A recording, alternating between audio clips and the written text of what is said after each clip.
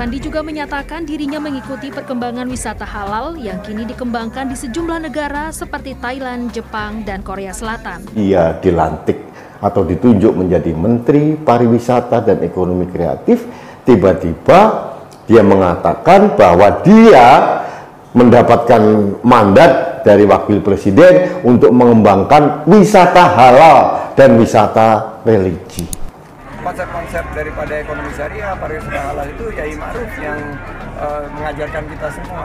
Saya juga nggak tahu, nggak jelas juga yang dimaksud wisata halal itu apa. Apakah hanya sebatas makanan dan minuman gitu loh, atau ada makna lain?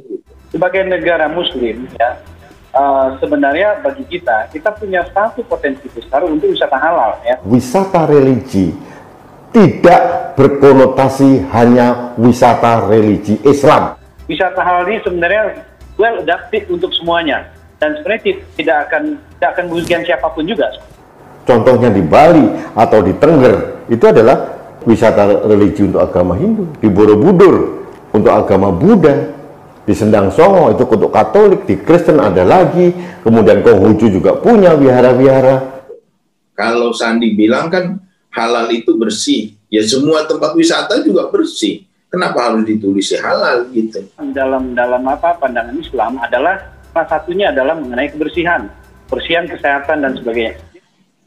Jadi berhentilah menurut saya Sandi itu bicara tentang wisata halal. Untuk wisata halal bagaimana Pak? Apa juga diterapkan di Bali?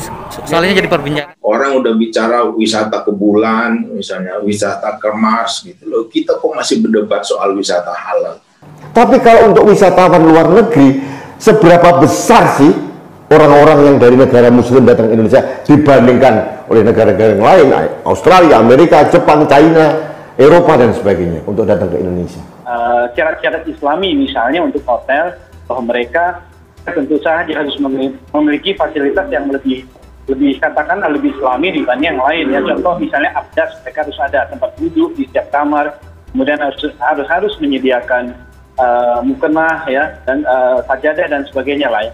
Wisata halal ini seolah-olah melecehkan kearifan lokal di daerah tersebut. Kemarin juga Pak Gubernur sudah menyampaikan bahwa di Bali pariwisata berbasis budaya dan berkearifan lokal. Pariwisata yang berkualitas dan berkelanjutan serta sehat. Selesai.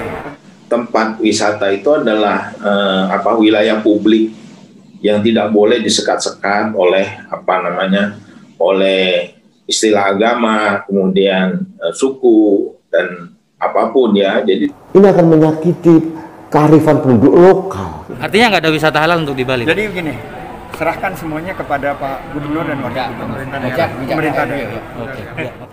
Kalau ada wisata halal, berarti ada wisata haram.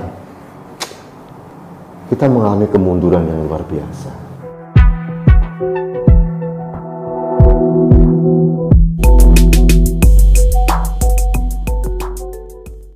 Konsep wisata halal kembali muncul saat ini, di mana dengan terpilihnya Sandiaga Uno sebagai Menteri Pariwisata Ekonomi Kreatif.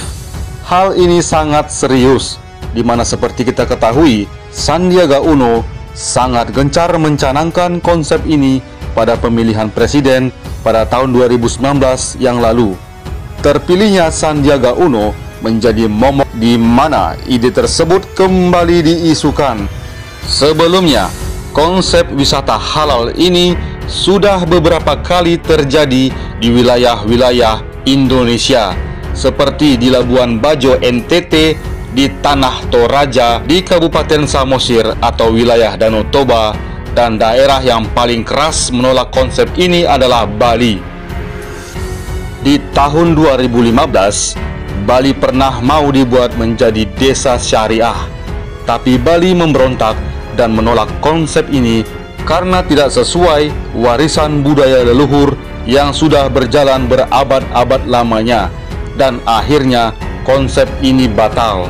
Wilayah seperti NTT, Toraja, dan Samosir melakukan demonstrasi untuk menolak konsep wisata halal ini. Tujuan dari konsep wisata halal ini adalah untuk menarik banyak wisatawan dari daerah Timur Tengah sebanyak-banyaknya.